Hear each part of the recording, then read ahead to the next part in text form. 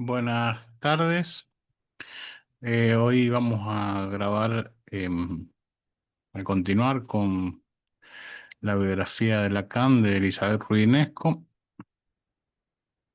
Ayer estaba grabando y después de media hora más o menos de estar grabando me di cuenta que no estaba grabando nada. Así que, bueno, ahora vamos a intentar de nuevo.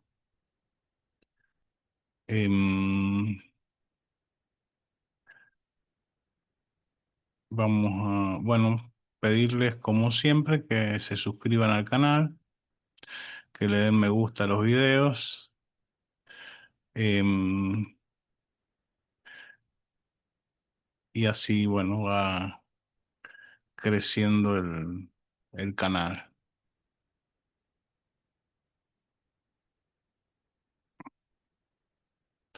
Ahí estoy ubicando que siempre me gusta compartir la portada del libro.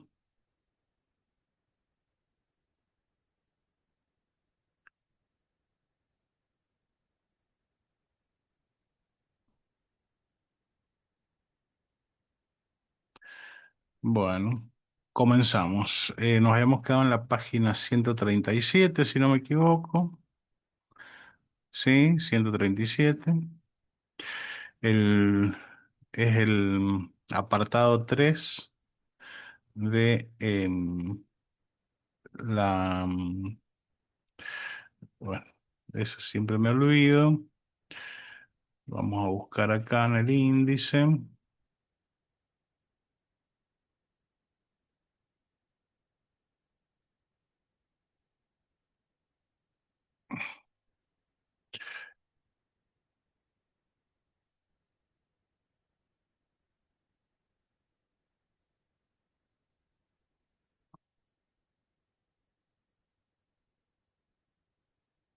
Es el apartado 3 de la tercera parte.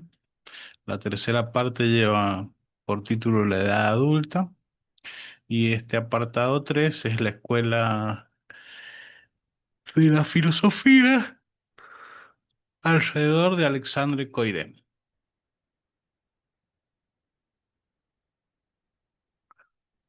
Em,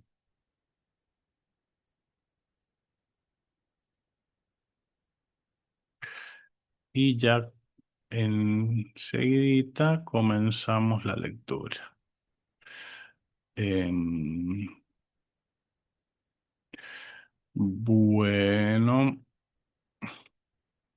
la escuela de la filosofía alrededor de Alexandre Coiré. Mientras colaboraba en Minotauro, Lacan, exasperado por sus estudios médicos, seguía interesándose en las apuestas de la filosofía de su tiempo. Se vio empujado así a tomar contacto con Pierre Berret, un estudiante comunista un poco más joven que él y deseoso de completar sus fines de mes dando lecciones particulares. Se contactó con un profe de filosofía, ¿no? Que le iba a dar clases particulares. Lacan le pidió que lo iniciara en las grandes corrientes del saber filosófico. Quería obtener un certificado de lógica y de filosofía general en la Sorbona. Durante 4 meses,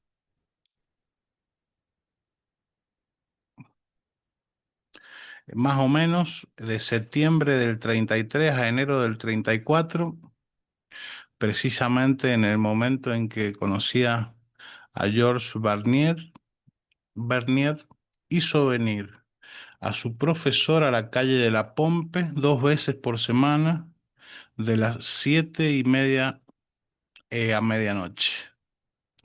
A veces se servía una buena comida, preparada de antemano por la asistenta. No se trataba, escribe Berret, de lecciones ordenadas según un progreso preestablecido que permitieran una preparación rigurosa. Era más bien un bombardeo de preguntas inesperadas, de peticiones de precisiones suplementarias que desarmaban a menudo al neófito que era yo. tenía curiosidad de todo y era de hecho el que dirigía la lección. Esta se parecía más, si me atrevo a hacer esa comparación, a un diálogo platónico donde las respuestas a las interrogaciones suscitaban nuevas preguntas.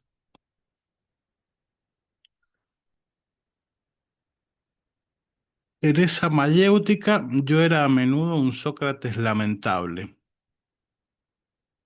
El doctor cubría mis honorarios sin la menor retención en la excelente comida que acompañaba a veces nuestras lides verbales. Por la frecuentación de Jean Bernier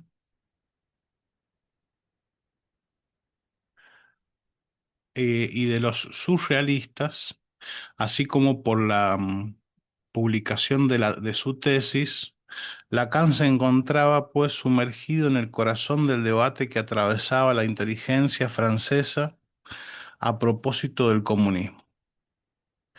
En esa coyuntura, y aunque no tuviese en cuanto a sí mismo el menor prurito de cualquier compromiso político, no se desinteresó de la batalla sobre el freudo-marxismo que oponía en 1933 a los comunistas, a los surrealistas y a los amigos de Boris Suvarine. Durante una conferencia en la Mutualité, un joven filósofo llamado Jean Audard fue atacado por Georges Politzer con una violencia inaudita. La confrontación giró hacia el pugilato. Sí, sí, se cagaron a piña, digamos, ¿no? Lacan no asistía a la sesión, pero la lectura de la conferencia de Audard le dio ganas de conocerlo y participó su deseo de Jet. Me gustaría, si puedo ir a la Asociación de Escritores y Artistas Revolucionarios,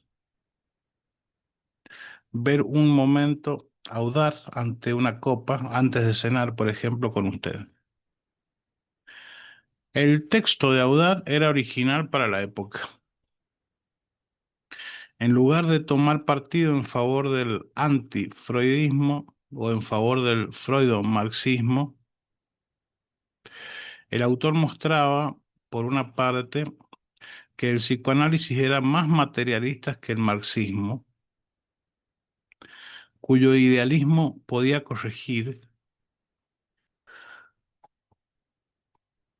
y por otra, que los comunistas rusos no defendían el mismo marxismo que los de París. Sin embargo, no fue por el lado de los debates sobre el carácter materialista del psicoanálisis por donde orientó Lacan sus búsquedas durante el largo periodo de gestación que lo llevó desde la publicación de su artículo sobre las hermanas Papin hasta la elaboración de sus primeras tesis sobre la ilusión del yo. Y de hecho, después del encuentro con la epopeya surrealista, fue la frecuentación de Alexandre Coiré, de Henri Corbin, de Alexandre Koyev y de Georges Bataille la que le permitió iniciarse en una modernidad filosófica que pasaba por la lectura de Husserl, de Nietzsche, de Hegel y de Heidegger. Sin esa iniciación, la obra de Lacan hubiera quedado para siempre prisionera del saber psiquiátrico o de una captación académica de los conceptos freudianos. Bueno, aquí está la importancia de la filosofía en su amplio apetito de tomar temas de diferentes disciplinas eh, que por un lado la empobrecen por ser muy generalista, por otro lado la enriquece al, al ser la única disciplina que se conecta con o que puede, tiene la posibilidad de conectarse con diversas áreas del conocimiento, ¿no? Porque el filósofo, digamos, eh, estereotipado, este, o tal como lo concibo yo, es una persona curiosa, ¿no? Entonces, este, le va permitiendo tener contacto con muchas disciplinas y eso repercutió evidentemente en Lacan, como aquí lo dice, que si no hubiese sido por ese contacto con la filosofía, se hubiese quedado en un saber psiquiátrico bien estanco ahí en la disciplina de la psiquiatría. Este, pero bueno, esa visita a la filosofía, ese estudio, más que visita, de la filosofía le amplió el horizonte, ¿no? Y entonces tenemos un Lacan topológico, un Lacan lógico, un Lacan erudito de la literatura, un Lacan con conocimientos de historia de la ciencia, un, un Lacan muy, muy instruido, ¿no? Hijo de un importador de productos coloniales, me asusté, hijo de, ¿no? Hijo de un importador de productos coloniales, Alexandre Coiré había nacido en 1892 en Taganrog, en Rusia. Después de la Revolución de 1905, tomó parte, siendo muy joven, en actividades políticas que lo llevaron a la cárcel. Y fue a la edad de 17 años cuando se convirtió en alumno de Husserl eh, y de Hilbert en la Universidad de Gotinga. Fenomenología por un lado, lógico-matemático por el otro lado, ¿no? Husserl, fenomenología, Hilbert, la lógica matemática. De allí partió hacia París. Bueno, no fue alumno de cualquier persona, ¿no? Son dos filósofos, uno eh, lógico-matemático y otro en el área de la fenomenología, que, que han quedado en la historia como marcando un hito y a partir son autores, como la teoría del autor dice Foucault, ¿no? El autor es el que de repente señala un camino y tiene sus seguidores, ¿no? Bueno, Husserl y Hilbert son ese tipo de intelectuales, ¿no? Autores. Entonces fue alumno de Husserl y Hilbert y de allí partió hacia París, donde siguió los cursos de Bergson y de Brunswick. De regreso en Rusia, participó en la Revolución de Febrero de 1917, pero se opuso a la de octubre. Socialista convencido, no compartía las opciones del leninismo. En 1919 emigró definitivamente a Francia, no sin haber tomado parte en el frente ruso en los combates de la Gran Guerra, la Primera Guerra Mundial, ¿no? Ya en 1914 había preparado bajo la dirección de François Picabet, libre pensador y especialista de la teología medieval, una memoria sobre la idea de Dios en la filosofía de San Anselmo. Em, Ese maestro le transmitía a la vez la pasión que tenía por el neoplatonismo y un espíritu de laicismo en el abordamiento de la historia de la filosofía religiosa.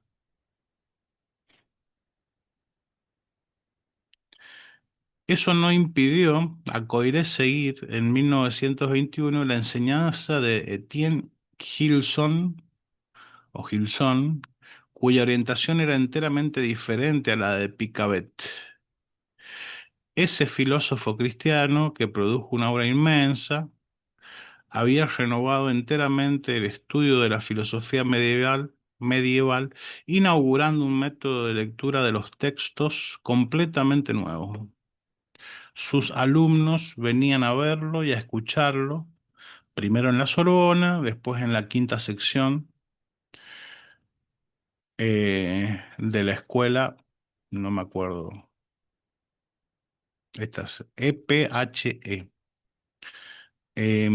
Gilson, escribe Corbin, leía los textos latinos, los traducía él mismo y hacía salir entonces de ellos todo el contenido explícito y latente en un comentario magistral que iba al fondo de las cosas. Ese método permitía pues volver a colocar el abordamiento de un autor o de una obra en un contexto histórico donde la fe y la filosofía se conciliaban. Así, frente a la tradición laica representada por Emil Breyer, Gilson convertía a toda una generación de investigadores a la idea de que los libros santos podían ser soportes de un verdadero pensamiento filosófico. Hemos visto, hemos visto que la actitud de Jan Barussi, que había sido profesor de Lacan en el colegio Stanislas, se relacionaba con esa orientación gilsoniana de la enseñanza de la historia de las doctrinas religiosas.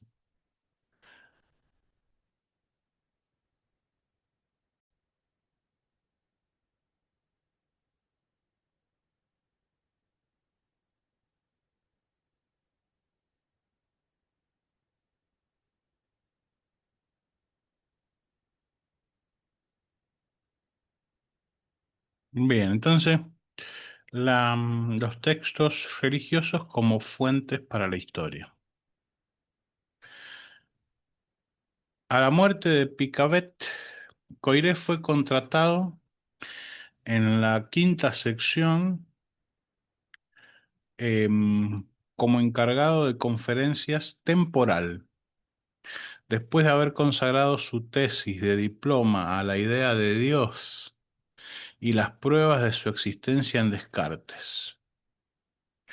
En 1929 presentó su tesis de filosofía sobre Jacob Boehme y 2 años más tarde entró como director de estudios en la quinta sección para ocupar una cátedra de historia de las ideas religiosas en la Europa moderna. Así fue como ese hombre generoso, cuya distinción y cuya espléndida inteligencia hacían olvidar una locución difícil, inauguró una enseñanza que iba a hacer de él uno de los más grandes historiadores de la ciencia del siglo XX, Alexandre Coiré. En la línea directa de Paul Tannery, eh, Coiré defendía la tesis según la cual había que renunciar a una historia de las ciencias puramente interna y mostrar que el conocimiento humano no evoluciona, como se cree, hacia la búsqueda de un modelo cada vez más conforme con una realidad cuya existencia bastaría descubrir para probar que el espíritu humano se acercaba a ella mediante una serie de progresos sucesivos. Bueno, está enrevesado la oración. Es decir, la ciencia no avanza linealmente. eh, no sé cuál será la tesis aquí de Coiré, pero en otros autores, la razón por la cual la ciencia no avanza en manera eh, directa hacia un conocimiento cada vez más perfecto del objeto, es porque ese objeto es un constructo y cada teoría, no cada teoría, pero en los momentos de la ciencia revolucionaria, los paradigmas configuran nuevos objetos de estudio, dejando los objetos que pertenecían a los paradigmas anteriores eh, desactualizados, más que desactualizados, fuera del nuevo paradigma. Por lo tanto, no habría un progreso porque el objeto en sí mismo em, sería un constructo de cada paradigma que, que está presente en cada periodo histórico, ¿no? Em, Espero que se entienda, ¿no? Pero bueno, aquí lo único que dice Coide es que la ciencia no evoluciona en un conocimiento cada vez más perfecto de un objeto. A este tipo de estudios, fundados en la cronología de los orígenes y de las filiaciones, Coireo ponía una historia filosófica de la ciencia no reductible al encadenamiento interno de los hechos científicos, sino que englobaba todas las concepciones religiosas o mentales de una época. Claro, por ejemplo, la serendipia. Oh, no, pero no es de lo que está hablando acá. Digo, la serendipia es uno de los elementos que estarían presentes en una historia de la ciencia que no fuese solamente una historia interna, eh, guiada por una lógica rigurosa, sino que hay muchos descubrimientos.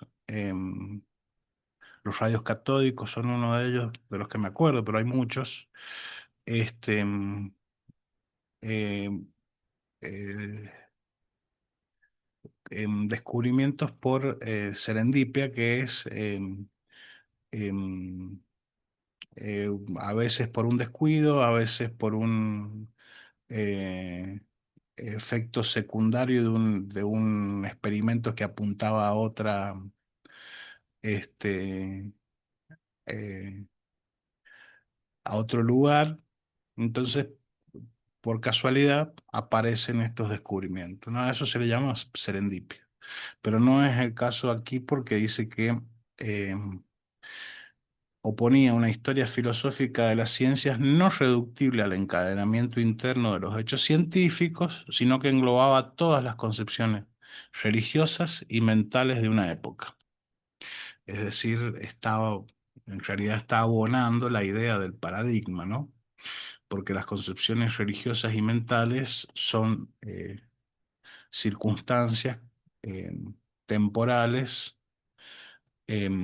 que van prefigurando un determinado tipo de teorías y no otras, ¿no?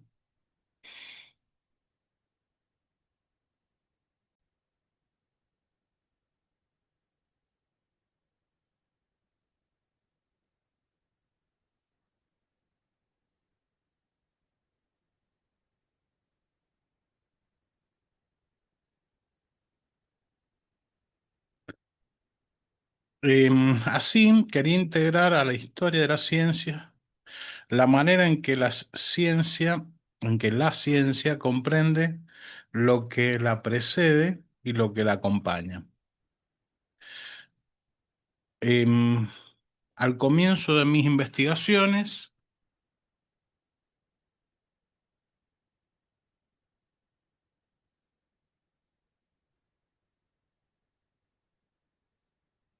Al comienzo de mis investigaciones, escribirá en 1951, me inspiré em, en la convicción de la unidad del pensamiento humano, en particular en sus formas más altas, Me pareció imposible separar en compartimentos estancos la historia del pensamiento filosófico y la del pensamiento religioso, en el que se baña siempre el primero, ya sea para inspirarse en él, ya sea para oponerse a él.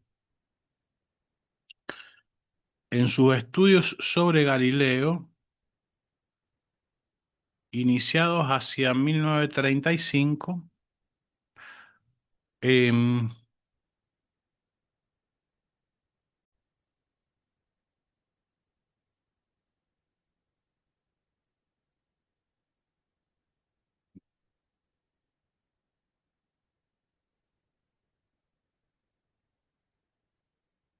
en sus estudios sobre Galileo, iniciados hacia 1935, Coiré ponía magníficamente en obra su concepción de la historia de las ciencias. Mostraba que el movimiento de renovación científica que condujo a la destrucción del cosmos medieval se inspiraba en primer lugar en una oposición filosófica entre el platonismo y el aristotelismo a propósito del papel desempeñado por las matemáticas para la comprensión del mundo. A los ojos de los platónicos, de los que Galileo formaba parte, las matemáticas regían el universo, mientras que para los aristotélicos, representantes de la antigua escolástica, era la física, como ciencia de lo real, la que ocupaba ese lugar fundamental,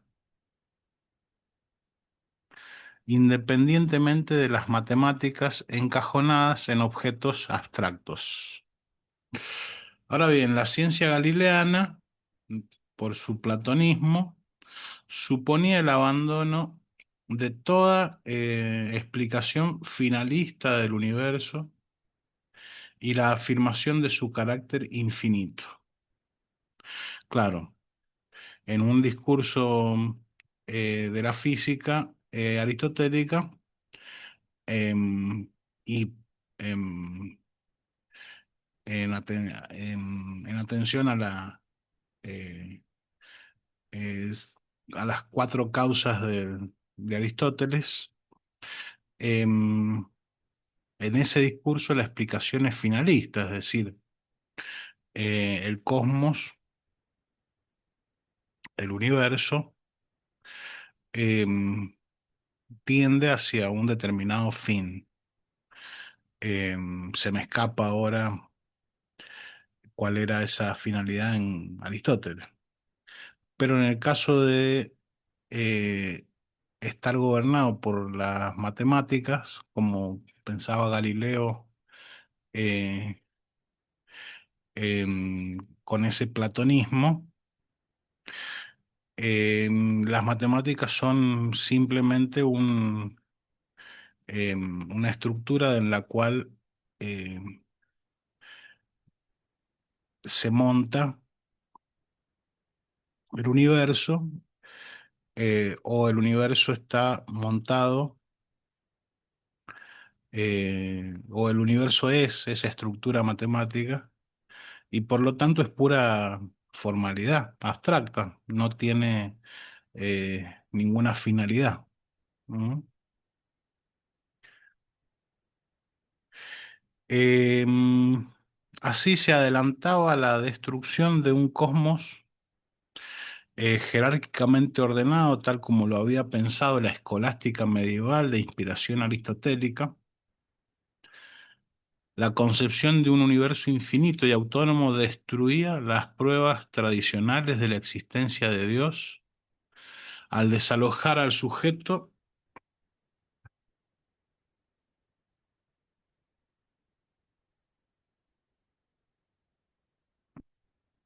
al desalojar al sujeto de su lugar central en el mundo, donde en lo sucesivo se veía obligado a buscar a Dios dentro de sí mismo. Si el hombre medieval vivía en un espacio donde la verdad estaba dada como religión revelada,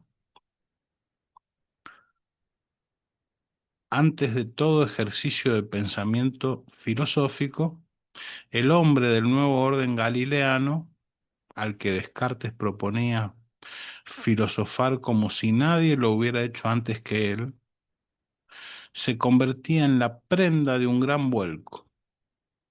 En él residía la soberanía de un pensamiento que ya no podía alegar una verdad revelada anterior a él. Em,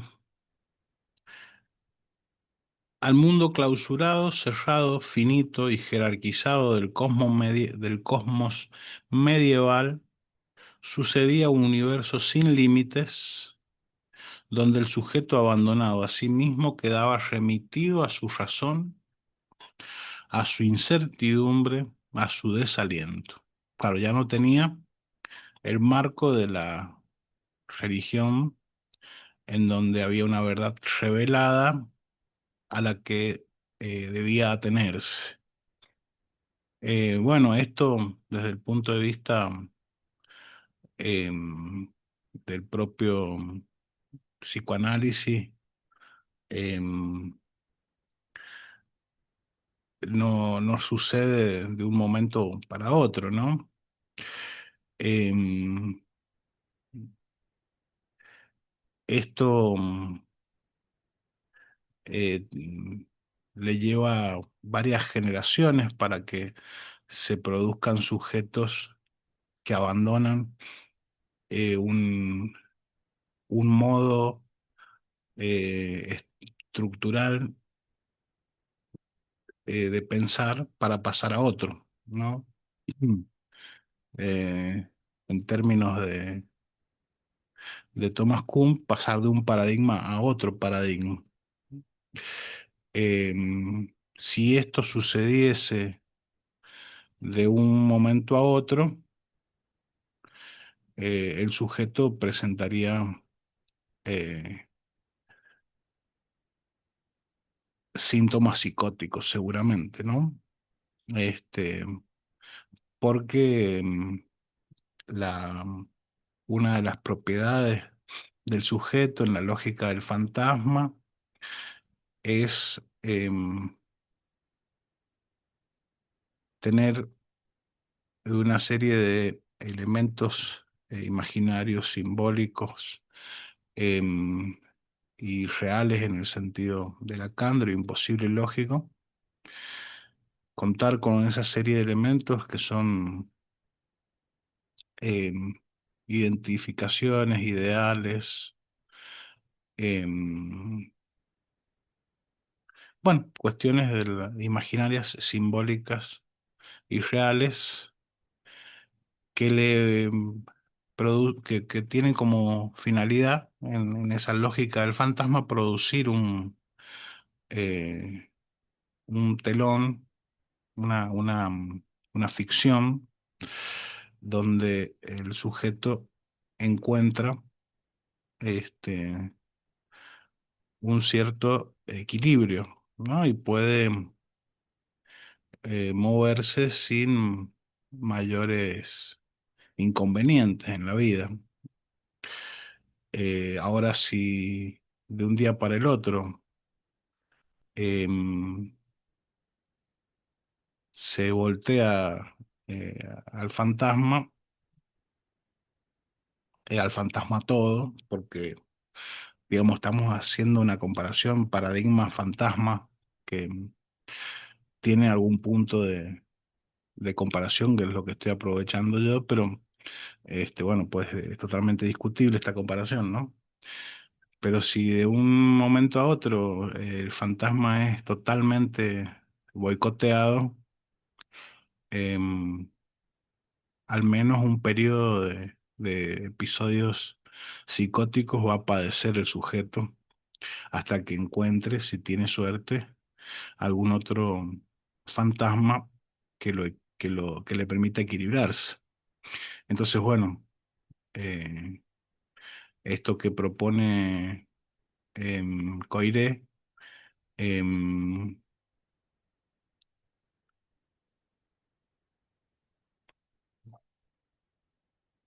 ha tenido que llevar, para que lo diga Coiré, ha tenido que pasar Descartes, Kant, Hegel y tantísimos otros en el medio para que se produzca este cambio de paradigma, ¿no? Que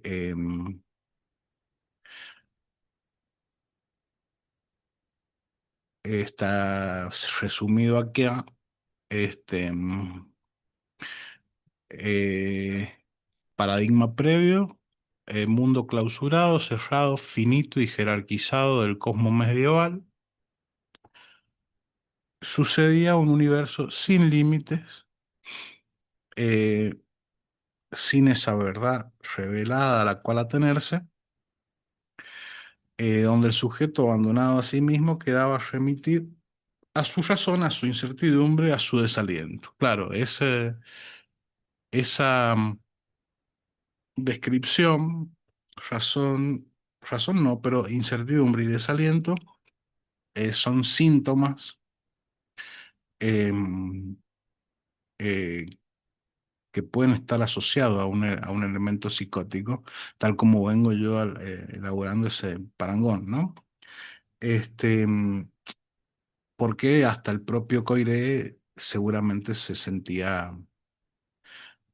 habrá sentido sorprendido por esta forma de la historia de la ciencia que se le presentaba, ¿no? Entonces ubica eh, al sujeto en una incertidumbre y un desaliento. Es muy actual eso cuando los psicoanalistas freudo-lacanianos hablan de la caída del nombre del padre en este tiempo y algunos ubican que hay mayor cantidad de psicosis. En algún tiempo se situó em, algunas enfermedades como el autismo en el espectro en el marco de la psicosis. Em, Tiene mucho que ver con esa forma de verlo desde el freudianismo, tiene mucho que ver con esta descripción de el sujeto remitido a su razón, a su incertidumbre y a su desaliento. Como si hubiese cortado los lazos con algo que lo sostenía en una cierta seguridad, ¿no? Em, bueno, em, este sujeto, sigo leyendo, ¿no? Este sujeto de la ciencia moderna teorizado por Coiré encontraba pues en la fundación del cogito cartesiano una traducción filosófica orientada en torno a los dos polos de la verdad y la libertad. Si el sujeto es libre, sin apoyo exterior a él mismo, está obligado a la experiencia de una verdad que no está nunca limitada por una autoridad preexistente cualquiera. Estas interrogaciones sobre el nacimiento de la ciencia moderna y el estatuto del cogito habían nacido de la gran refundición filosófica efectuada por Husserl, de quien Coiré había sido alumno.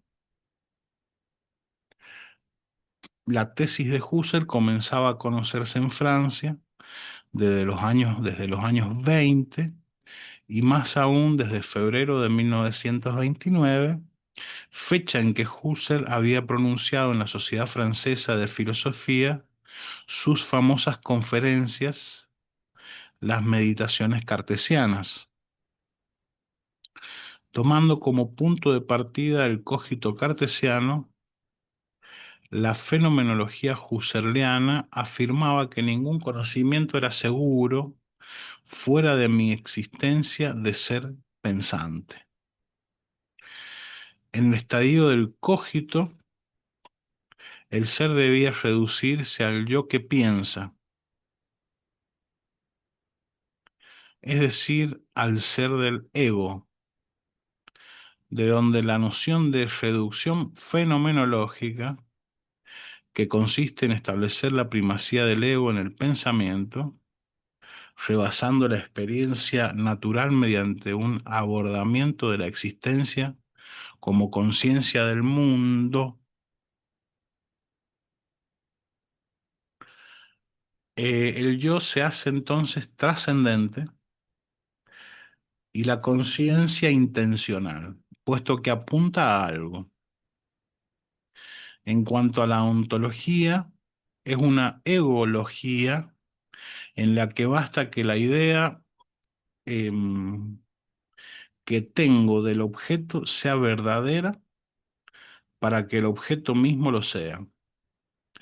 Así se forma para el ego el sentido del otro o del alter ego, según una serie de experiencias que definen la intersubjetividad trascendental como realidad a partir de la cual se desprende el ego de cada uno.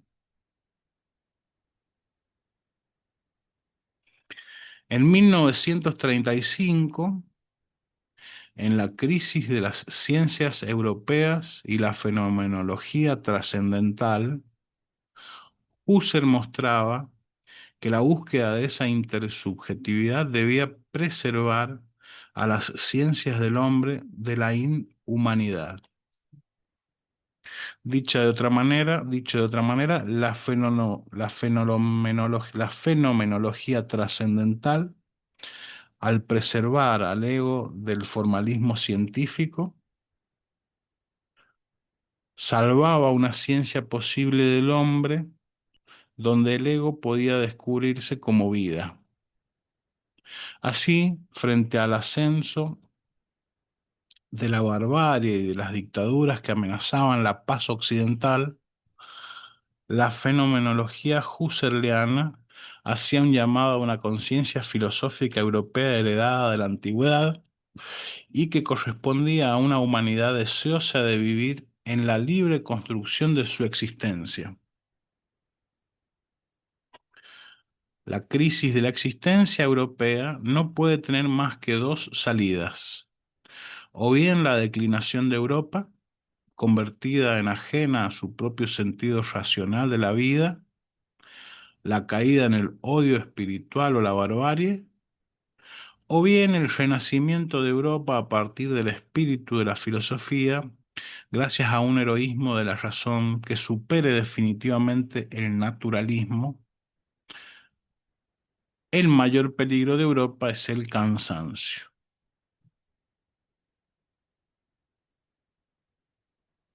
Fin de la cita.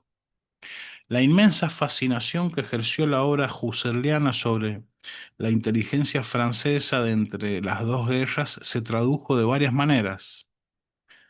Leída con Heidegger y especialmente a la luz de Sein and Sein, o sea, Ser y Tiempo, aparecido en 1929, permitía situar en el corazón del sujeto humano la cuestión de lo patético de la existencia y de las fisuras del ser, y dar así un golpe decisivo al impulso de una plenitud bersoniana del ego, de donde una crítica de la idea de progreso que podía desembocar ya sea en un rechazo de los valores de la democracia, en nombre de un retorno a las raíces originales del ser, em, ya sea en el surgimiento de una nada, símbolo trágico de la finitud mortal de la existencia humana, desprovisto de toda trascendencia. Pero habría también dos vías al salvamento posible de la razón moderna. Una podía proponerse volver a centrar la espiritualidad occidental en una filosofía de la experiencia del sujeto.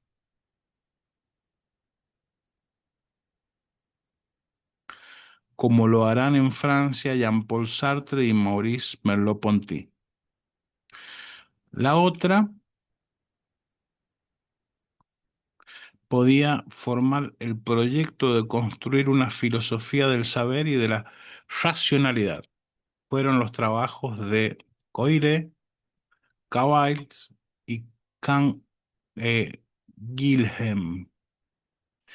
La postura lacaniana escogerá colocarse en medio camino, a medio camino de estas dos orientaciones. Ni la experiencia del sujeto, ni la filosofía del saber y de la racionalidad.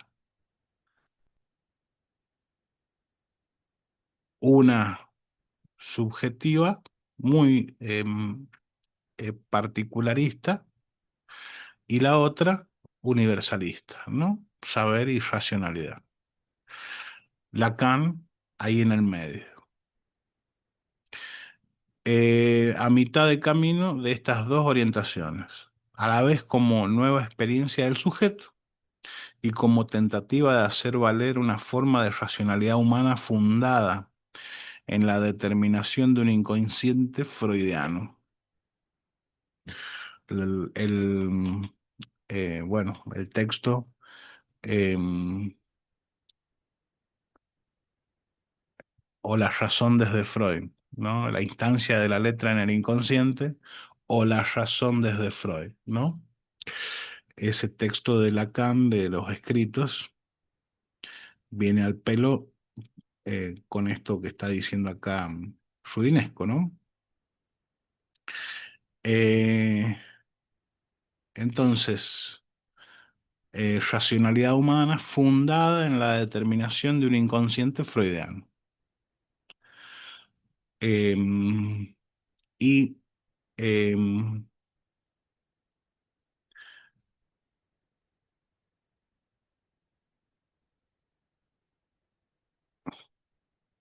leo de vuelta esta amalgama que le adjudica el Rudinesco a la técnica de Lacan, ¿no?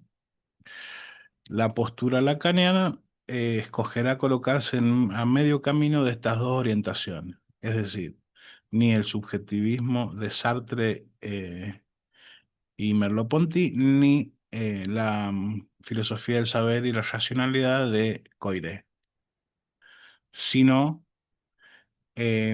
a la vez como nueva experiencia del sujeto y como tentativa de hacer valer una forma de racionalidad humana fundada en la determinación de un inconsciente freudiano.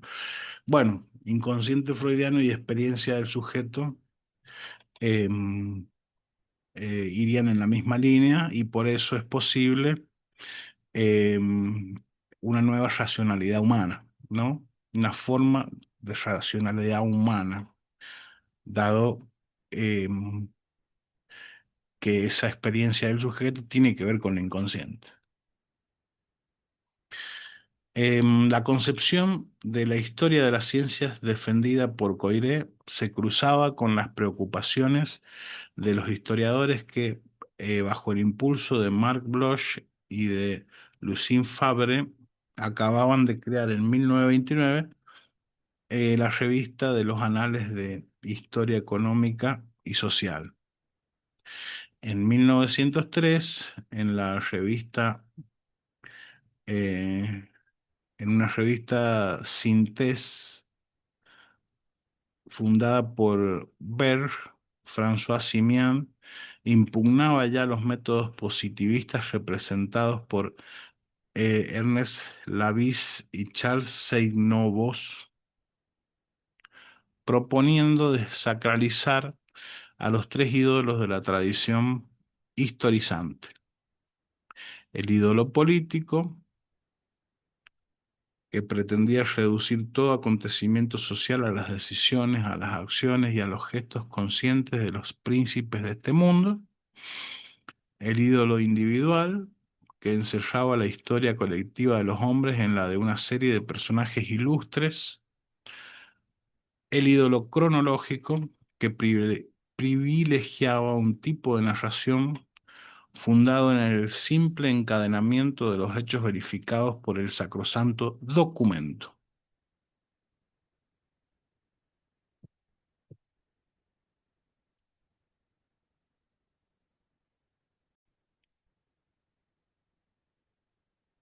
Bueno, vamos a terminar por hoy aquí y veré si grabo alguna otra cosita, pero con este tema terminamos hoy aquí y ya continuaremos la próxima para terminar em, con con el apartado 3, la Escuela de la Filosofía alrededor de Alexandre Coiré. Muchas gracias, nos vemos.